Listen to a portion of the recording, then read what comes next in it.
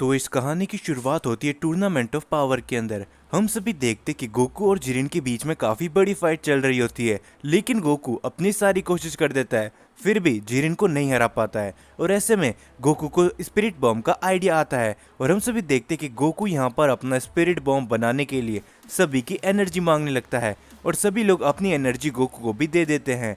लेकिन उसके बाद ऐसा होता है जो गोकू ने कभी अपने सपने में भी नहीं सोचा होगा और गोकू उस स्पिरिट बॉम्ब को जिरिन की तरफ रिलीज कर देता है। लेकिन जिरिन अपनी पूरी पावर लगा के गोकू को ही उस स्पिरिट बॉम्ब के अंदर गिरा देता है। लेकिन अब ना ही तो गोकू मरता है और ना ही गोकू जिंदा रहता है।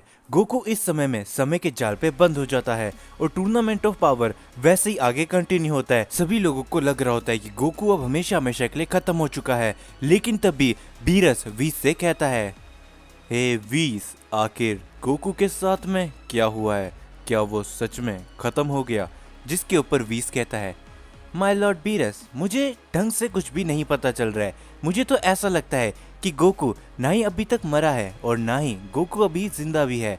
जिसके बाद टूर्नामेंट ऑफ पावर कंटिन्यू चलता है, लेकिन वेजिटा अपनी सारी कोशिश करता है जिरिन को अकेले ही हराने की, लेकिन वेजिटा ऐसा नहीं कर पाता और अंत में यूनिवर्स 7 भी टूर्नामेंट ऑफ पावर को हार जाता है और यूनिवर्स 7 को भी अब हमेशा हमेशा के लिए इरेज कर दिया जाता है। दूसरी तरफ हम सभी को दिखाया जाता है गोकू को, जो कि अचानक से एकदम छोटा हो चुका होता है और गोकू को भी ये सब चीजें समझ में नहीं आ रही होती है और गोकू मन ही मन कहता है, आखिर ये सब क्या चल रहा है? मैं यहाँ पर कैसे? मैं तो टूर्नामेंट ऑफ पावर के अंदर था और ये दोनों कौन है? ये शख्स मुझे एकदम मेरे जैसा क्यों दिखाई दे रहा है?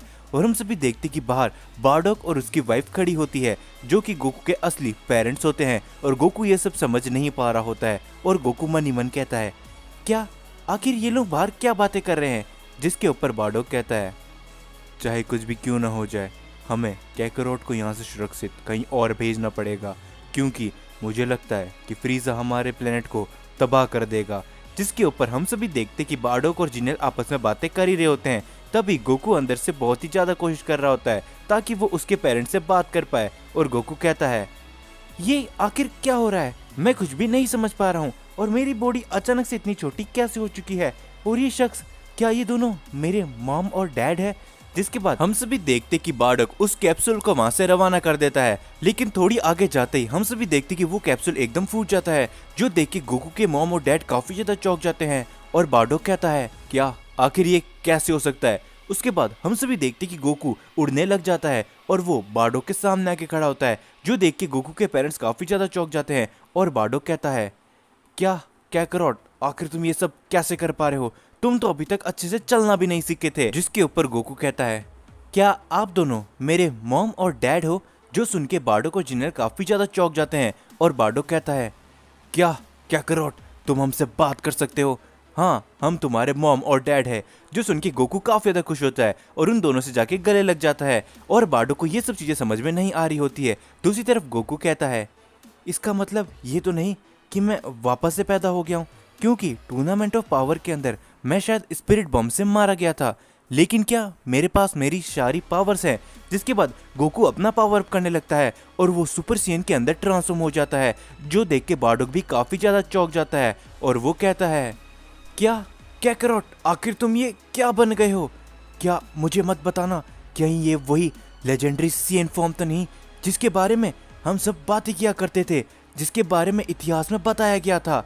जिसके ऊपर गोकू भी कहता है, हाँ डैड, ये वही सुपर सीएन फॉर्म है जो मैंने बहुत टाइम पहले ही अचीव कर ली थी। जो सुन के बार्डोक कहता है, क्या तुम्हारे कहने का क्या मतलब है कैकरोट, बहुत समय पहले? लेकिन तुम तो अभी कुछ महीने ही पहले पैदा हुए हो। जिसके ऊपर गोकू कहता है, डैड, मैं आपको कैसे बताऊं, लेकिन मैं फ्यूचर से यहाँ पर आया हूँ।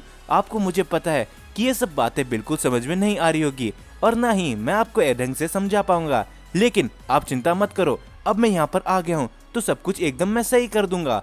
जिसके ऊपर बार्डोक कहता है, क्या मतलब है तुम्हारे कैकरोट कि तुम सब कुछ सही कर दोगे? जिसके ऊपर गोकू सीरियस होकर कहता है, डैड, शायद आपको नहीं पता, लेकिन फ्रीजा ने हमारे पूरे प्लेनेट वेजिटा को भविष्य में तबाह कर दिया था और हो ना हो वो इस टाइमलाइन के अंदर भी ऐसा जरूर करेगा, लेकिन इस बार उसे मैं रोकूंगा।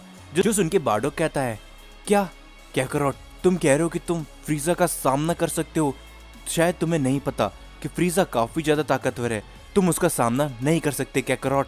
जिसके ऊपर गोकू वापस से कहता है, डैड आप उसके बारे में बिल्कुल भी टेंशन मत लो, क्योंकि मैं भविष्य में फ्रीजा को काफी बार हरा चुका हूँ और मुझे यकीन है कि मैं इस बार भी फ्रीजा को हरा दूंगा, बस उसे जरा आने दो। डैड क्या आप वापस से मेरी सुपर सैयन फॉर्म को देखना चाहोगे? और हम देखते गोकू ये बोलते वापस से अपनी सुपर सैयन फॉर्म पे ट्रांसफॉर्म हो जाता है।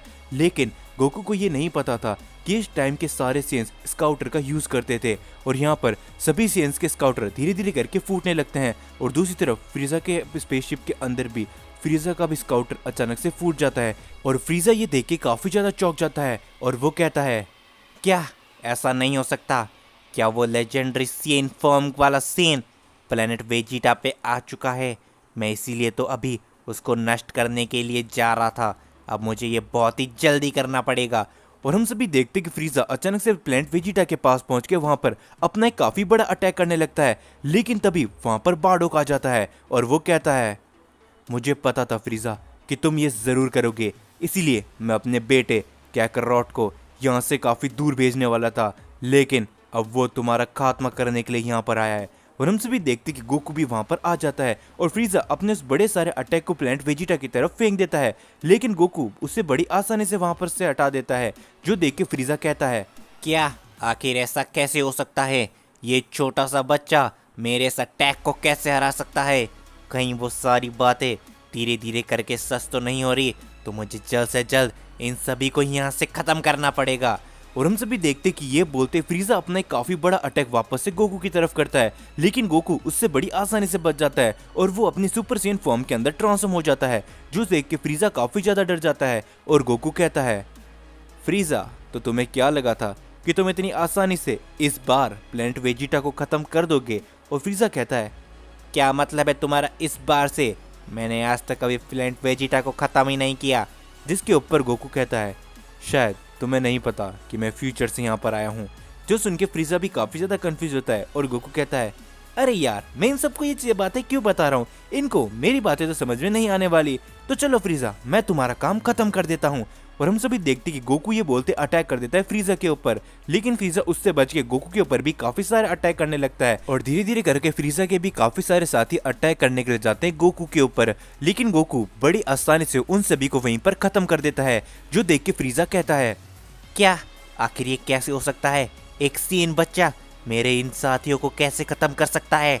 जिसके ऊपर गोकू कहता है, तो लगता है कि फ्रीजा अब तुम्हारा आखिरी समय आ चुका है और मैं तुम्हें खत्म करने जा रहा हूँ। तुमने पिछली बार प्लेनेट वेजिटा को खत्म करके मेरे सभी लोगों को भी खत्म कर दिया था, लेकिन इस बार मैं ऐसा नहीं होने दूंगा। और हम देखते कि ये बोलते गोकू अपना काफी बड़ा अटैक करता है फ्रीजा के ऊपर, जिससे फ्रीजा वहीं पर धूल में बदल जाता है। और ये देख के सारे प्लेनेट वेजिटा के लोग काफी ज्यादा चौंक जाते हैं और ये बात बहुत ही तेजी से फैलने लगती है कि एक सैयन बच्चे ने फ्रीजा को खत्म कर दिया। और ये बात आखिरकार किंग वेजिटा तक पहुंच चुकी होती है और किंग वेजिटा भी ये बात को सुन के काफी ज्यादा चौंक जाते हैं और वो कहते हैं, क्या ऐसा नहीं हो सकता? चाहे कोई कितना भी ज्यादा शक्तिशाली होगा, लेकिन वो फ्रीजा को कभी भी नहीं हरा सकता। और तुम लोग कह रहे हो कि वो एक बच्चा था जिसने फ्रीजा को हरा दिया।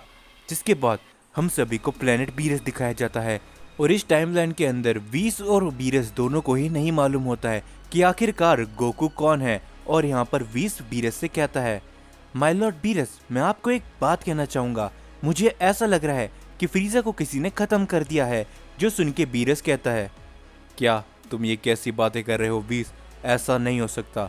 मैंने तो फ्रीजा को प्लेनेट वेजिटा को तबाह करने के लिए भेजा था और ना ही किसी भी सैयन में इतना दम है कि वो फ्रीजा को खत्म कर सकता है।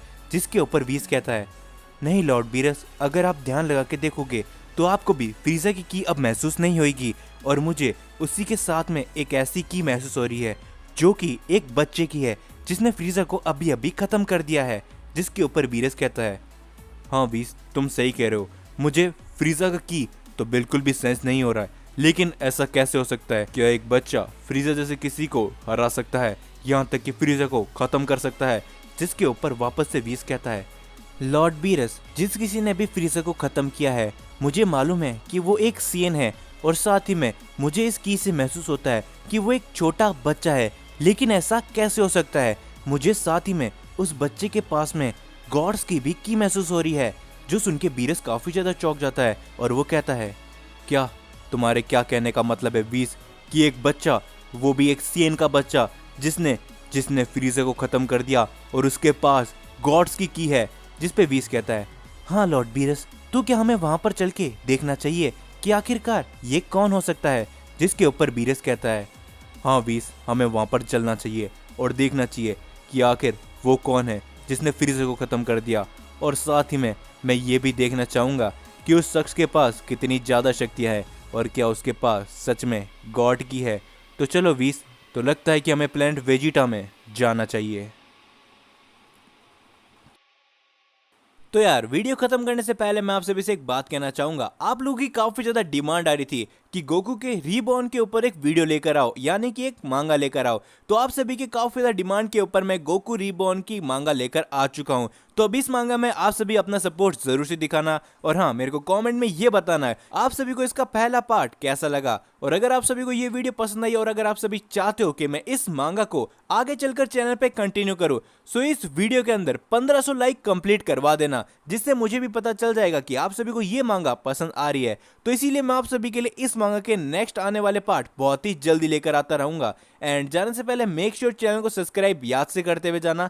एंड हाँ, मेरे को कमेंट में ये बताना बिल्कुल भी मत भूलना कि आप सभी को इसका पहला पार्ट कैसा लगा, जिस वजह से मैं आप सभी के लिए इसके आने वाले पार्ट्स बहुत ही जल्दी लेकर आऊंगा।